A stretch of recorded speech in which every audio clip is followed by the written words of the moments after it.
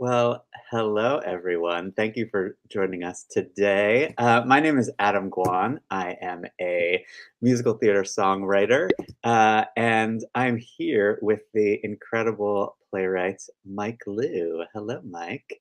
Hi, thanks so much for doing this with me. Oh my gosh, of course. Where are you right now, Mike? You've been many places since we've been chatting over the course of this pandemic. I am in Brooklyn. I have two very young kids, and we were back in San Diego, which is where I'm from originally, for a couple of months of lockdown. And then my wife, Rohana Mirza, who's a playwright as well, we were discussing sort of like how could we come back to New York in a way that you know, goes back to as normal as it can be while also being able to watch our kids and get some work done. And so we Yeah. figured out that we could rent a studio in our neighborhood and come work here and have artist babysitters watch our kids. Oh, that's So I'm amazing. in yeah, so I'm in like my Brooklyn writer flop house. That's fantastic. Where are you? I'm in Queens in my apartment. This has become I usually in the before times had a sort of shared workspace in Manhattan that I would go into the city to work, and I shared it with a bunch of other composer types. But that building literally was closed during the pandemic. It's the same building that the musicians union is in, Local 802. And they just closed the offices, closed the building. No one could get in. So I have transformed my sort of one part of my living room into a little workspace. So I have like if you were to walk around my apartment, I've like got keyboards in various spots because my partner is here too, and so we're constantly rotating around rooms depending on what we have to do during the day. So I have Is that like, difficult? Like when you're, I mean, I guess like just sonically as a composer, having to share space when you're trying to like figure something out like on a keyboard? yeah, I mean, it's always been a part of my life in the city having an option where I can use headphones just because of neighbors and making noise and all that kind of stuff. Usually, my partner is an actor, and is on the road a lot when theater is happening. So we haven't had to sort of juggle the shared workspace quite as much as we have had to do over the past 9 months or so. But yeah, always an adventure. Always an adventure. So we are here to talk about our commission from South Coast Rep. I think previous conversations in this series have been between an actor chatting with a playwright about the playwright's commission for SER. And we're doing a little bit of a different spin on that because together we have been commissioned to write a musical together, which I'm very excited about. And so we're here to talk about that. And the first question from SER is, when did we receive our South Coast Rep commission? And we had to do a bit Uh, of fact checking on we did have to do a this bit of piece of fact checking. information. We couldn't remember. I think that we originally received the commission in 2017, and we were in town for the Crossroads program that summer, and Yeah. I it's such a funny thing the momentum of the project because I feel like we really hit the ground running and we outlined like a lot of like what the plot would be, but then in the intervening years, in addition to just sort of the COVID of things, or but also it's now fallen on me for a little while now to get you like a full draft of like the play version of the musical, which has taken a little bit of time on my part. Um, I think that since maybe people don't know kind of the various pathways for like how you arrive at a project and how you get started for a musical, maybe we should talk about that a little bit. Like most Yeah. musicals, I think that they generally come from existing material. Like it's pretty rare to do like a brand new thing, isn't it? Or would you say that it? Yeah, I think most musicals have some kind of source material attached to them, whether it's you know, obviously movies are a big thing that people are adapting these days, but even, going back to things like Oklahoma, which is adapted from a play, or something like Pajama Game, which I think is adapted from a novel. Like all of these classic musicals that you think of, and whose stories have become primarily known from their musical form, often come from what has now become a lesser known bit of source material. Right. And in our case, we decided to embark on a completely new story. But then it's required like kind of creating the underlying material. So Exactly. It's almost like an extra step to the process. Like when you're writing a musical that's an adaptation of something, you sort of have the story and the characters worked out to a certain degree, and you have to figure out how to kind of reshape them into the musical form. But the first layer of the story is taken care of, which is something that you have to really build from scratch when you're working on something original, like we have yeah. chosen to do. So in our case, we're taking some of the events around like the racial equity protests that were happening at Yale around 2015, 2016, and is that the right time frame around then? And I think uh, so. fictionalizing that to draw larger conclusions about kind of where we're at in terms of racial progress as a country. And I knew that I wanted to look at that material in some way, but thought like maybe it would be a play. And then in discussing all the various potential projects that we could do, you kind of gravitated onto that. And I think in an interesting way, because you're a little bit of a chameleon composer in a way that you've worked with a lot of different book writers and kind of get into their brain space, and then the music that comes out of it comes from this melding of like worldview of the playwright and your own style. um, so now we've settled on that subject material, spent the SCR residency outlining what the story would be, and then I'm tasked with writing like almost like a play version or like a skeletal version of it that then you can go back and put songs into. And so we've song spotted it. We've decided on the characters and on the like kind of this cast size and the overall plot of it. Um, and then I have to write the thing. And the problem is that with almost all of my plays, um, it actually takes me a year or two upon having settled on the subject to just sit down and write the thing for whatever reason. That like weirdly enough, with most of my plays, like I know the next project that I want to do, but then I don't do any writing at all for a while, and I'm just marinating on it, and then it spits out of me. And so we're now in the like it'll spit out of me at some point. We're waiting But for that spit up moment, sure, like but this burping was a like baby. I'm thinking back about this. This was really the case with like my last 4 or 5 plays have been, like one of them, Micro Crisis, is about the financial crisis, and I like read all these books about the financial crisis and looked at all the news coverage, and then like it took a year or two, and then I spat it out. And like the last play that I just finished is a two-hander about my time with Rahana in the NICU with our Mm. youngest child, and so right when we were in the hospital, I knew that there was some way that I was going to have to weave through this trauma, and it took me 2 years before I could really access it, and I just finished the first draft of that in like a month or so, but it was like that year or two of gestation before I was able to do that.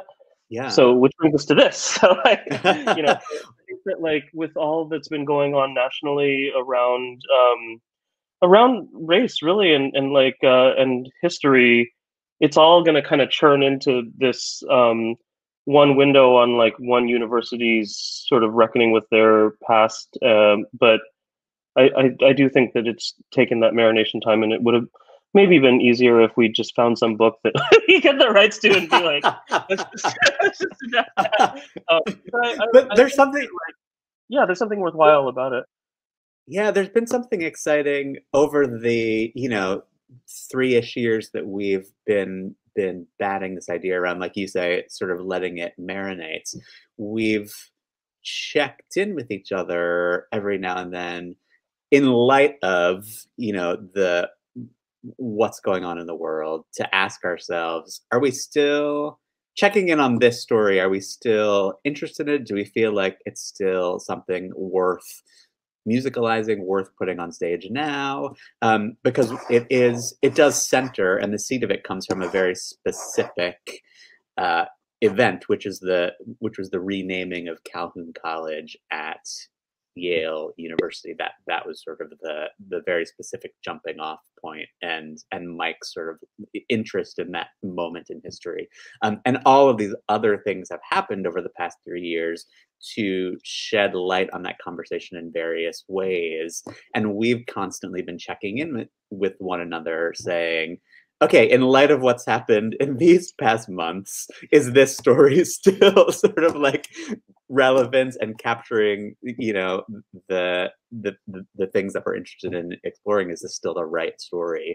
And it seems like, in an exciting way, we keep emerging saying, yes, this is still the story. I do still feel the the the urge to tell this. So that's been an exciting part of this gestation process, because there's something about theater. It is such a slow moving form. I think especially for musicals just take so long to create and develop and get on stage, because there are so many moving parts, um, that it can be, you can have ideas that feel like they run out of steam, that feel like they become irrelevant because history is moving faster than the writing process of the musical.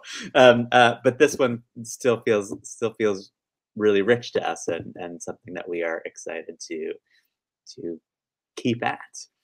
Yeah, there was a recent New York Times article that was trying to figure out sort of how theater responded to the Trump presidency, and I haven't had a chance to read the article yet. But what was so funny is that Michael Jackson uh, popped onto Twitter and was saying, "Oh, I actually wrote a strange loop," which was said in the article, over the course of like the Bush years and the Obama years, and then it just happened to get produced during the Trump era. So like the lens that you're looking at it through is as though it's in some way in response to Trump, but like actually because it takes so long to make a musical, like it spanned three administrations, and so Right. here too, I think looking at some of the at some of what was happening at Yale at the time, and this consideration of taking a slaveholder's namesake and changing it taps into larger stuff that's been happening nationally. But hopefully, the way that we attack it, even though it's like isolated at a specific point in recent history, will have refractions across what's been going on so quickly in front of us. Yeah. One of the questions from SER is, how is writing a play, or in our case, a musical, under commission different from writing one under your own initiative? I mean, I can answer that, and you can answer that because it might be different for both of us. Sure. In my case, I think that when you're writing a play, you have to choose something that you're just passionate about getting out there, and that's going to involve you intellectually and emotionally for a long time, because there's no certainty to where the play will or will not end up in terms of its production life, and it takes so long to get a play to the stage that you want to make sure that it's something that you're still going to be poking at for a while, like whether it's poking at a trauma or poking at something that you're trying to tease out for yourself. But I think that the additional layer of a commission is so useful and heartening, because you're like dancing with a partner. So rather than like Yeah. coming up with like a play that you're like, I don't know who wants to hear this, but I have to say this in a vacuum, it's a little bit more of like, you seem like you may want to hear this, and it's something that I want to talk about. So let's dance together on it. But like, I think that it gives you a chance to be riskier with your writing and to kind of go further out on a limb, because you have a home base to come back to and like resources to tap into, like as you develop the thing. Yeah, I echo that point. There's something psychologically really nice knowing that you're going into a project with a certain amount of support behind not just the project but yourself as a writer, that little confidence boost. And for me what it does is relieves me to a certain extent of feeling like I have to get something too perfect at, at the beginning, because I think what that does for me is keeps me in a safer place than I would have gone, knowing, like you said, that I have the permission to take a risk and I have the support to see if that risk will pay off and figure out the right way to be risky in the way that I might be interested in being risky. Whereas something that I've written completely on my own and then trying to get a theater to produce, I feel like it has to already have achieved a certain a great deal of success on the page before a producer or a theater will then say, oh yes, this is great, let's do it. There's something that I've come to appreciate in the development process of musicals, that they are in fact incredibly valuable. I remember I had a kind of seminal moment in working on one of my first ever commissions, which was for the Signature Theater in Virginia, and I was at the theater in rehearsals for this musical that had been commissioned by them, and in their lobby they had a kind of museum type exhibit set up about the work of Candor and Ebb. I think they had just premiered was it The Visit maybe around that time? And as part of this exhibit, on the display cases in the lobby were these old drafts of songs from Cabaret. And like you could see the lyrics typed out in the script, and then Fred Ebb had like scratched out certain lines and written the new ones. And the new ones written in the margins were the lyrics that we know and love today from the Cabaret that we Wow, know. what an amazing And it was, artifact. yeah, and it was this very real reminder that these great musicals from like the quote unquote canon, like Cabaret, were once developed and rewritten and fine tuned. And I think it's easy to think that those masterpieces just sort of happen by accident and spill out and they're perfect and they are on Broadway and win Tony Awards. But it was a really great reminder that the development process is so important for theater in general, I think, but especially musicals. There's just so many pieces and parts that have to work together in order to tell the story, that it takes time and it takes a certain amount of commitment. And I think having a commission from a theater like SCR represents that commitment, that they say, yes, write your draft, we're going to workshop it, develop it, you need, like, that's part of the process, and that's a really comforting thing to know when you're working on something. um, we've got some rapid fire quick fire questions from SCR I can throw your way, Mike Liu. um, and I'll answer them too. The first question is, what are your spots to visit in Orange County when you're in town working on a new show? I'm relatively new to Orange County, so I don't know yet beyond just like the 5 blocks around SCR, which is such a shameful thing to admit because I'm from San Diego originally. So it's like I'm like so close by, but like I feel as though my answer to that is just going to be so appalling because I'm like the SCR Theater and also the mall across from it, and also, and also the beach. That mall is a destination. It is a sight to see. Do you have a Um, more coherent answer to that? well, all the places that came to mind are food places, and I feel like that's like par for the course for me. Like I just try to find the best restaurants in any new place that I go. So I was thinking of, like, there's this place called the Old Vine Cafe, which is like down the street from SCR, which has the most incredible, like monstrously sized brunch meals. And there's this fantastic coffee shop in Santa Ana. I want to say it's called something like Cafe Luna or something like that. And it was just the best. And I think I have a vague, sad memory that it might have closed recently. I feel like someone texted me because they knew how much I love this place. They texted me that it may have gone out of business. So we'll have to confirm this when we're in uh, Orange County next. But that That's was a fine. We great can, place. yeah, we can rediscover the place together next time we have a draft. Yes. So I look forward to all the rest. There's a Mexican place close to the theater called The Little Onion, I think it's called, which I enjoy very much. So it's all about the food for me. Just like to go hole myself up in a rehearsal room, work on a show, go eat some good food, come back to it again. The second quickfire question is, what's your favorite time of day to write? Um, I uh, I tend to, by necessity, write during like the 10 to 12 hour because that's when I can get rid of my kids. Hmm.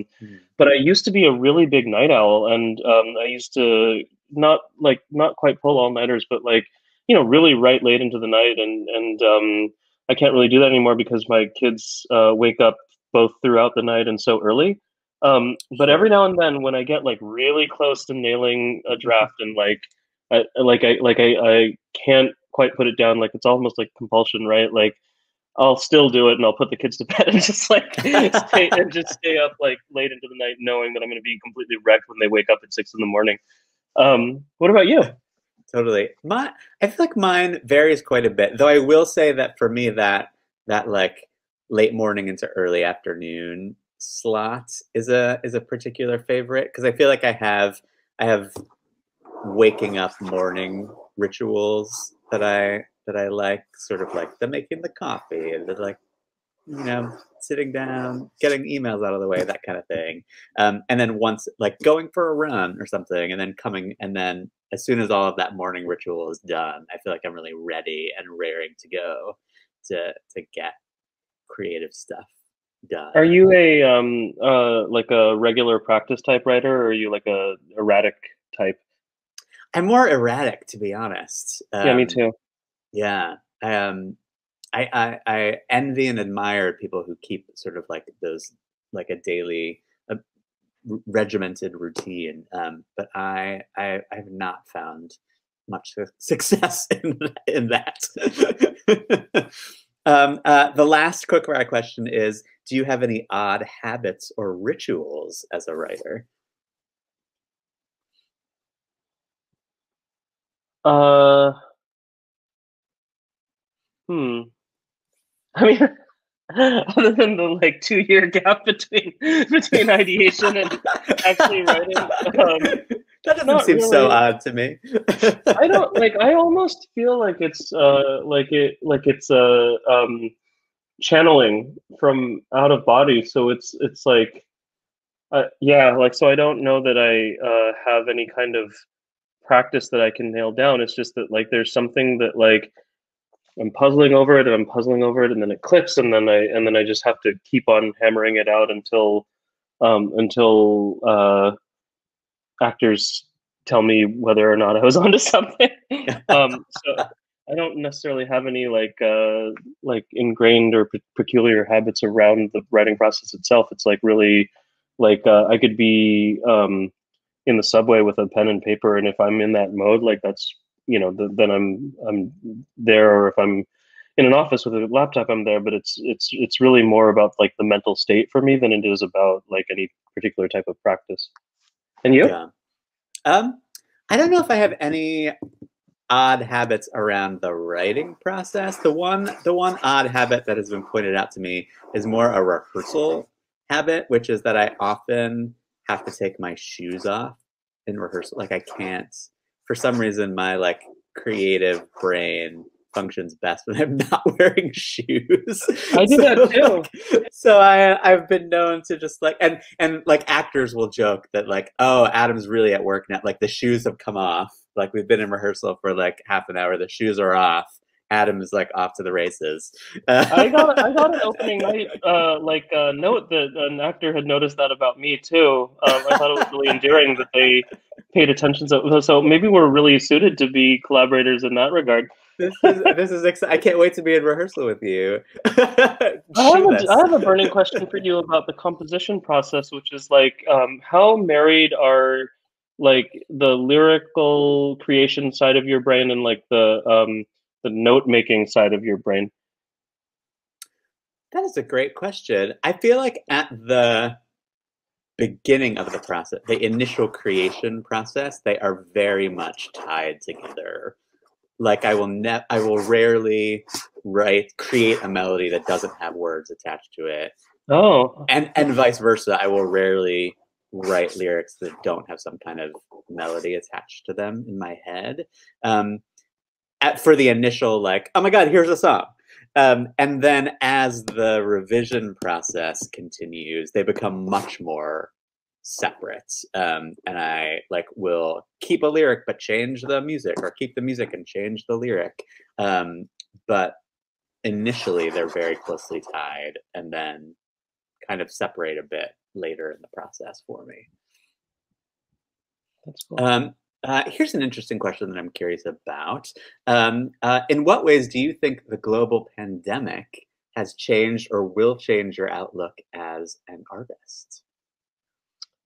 I what I've noted is that there was like a real long period of shock, and now I feel like people are burrowing, and I think that it's going to be really like right now will be a very fruitful time for writers because I think that Mhm. the first sort of wave was just about shock and kind of survival mode. But now I think that like now that we've become habituated to this lifestyle for better or worse, I feel like the wheels are turning, and I'm sensing that like where a lot of writers early on were saying like I can't write anything, and kicking themselves about not being able to write anything because it's like Yeah. all of a sudden you have to be inside, and like theoretically you should be able to write as much as you know like as much as possible because you're limited from doing anything but being in your head. But I think that it took several months until people sort of swung back to like a spark phase, and so that's what I'm Mhm. noticing right now.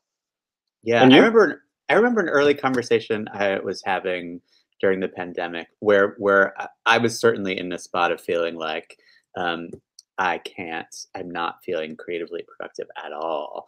And I remember saying to someone like, it does not feel like a writer's retreat. Like on paper, the circumstances of being kind of like forced to stay in, having an uninterrupted time, should seem like it is like a writer's retreat, but in fact was sort of the opposite, because a writer's retreat, you're giving yourself permission to disconnect from the world. And I feel like this situation was all we could do was try to be connected to what was going on in the world and try to process it and deal with it and all that kind of stuff. Uh, and yeah, I do feel sort of more inspired and motivated now for sure. And I will say that it's been a very challenging time for music making, like that kind of specific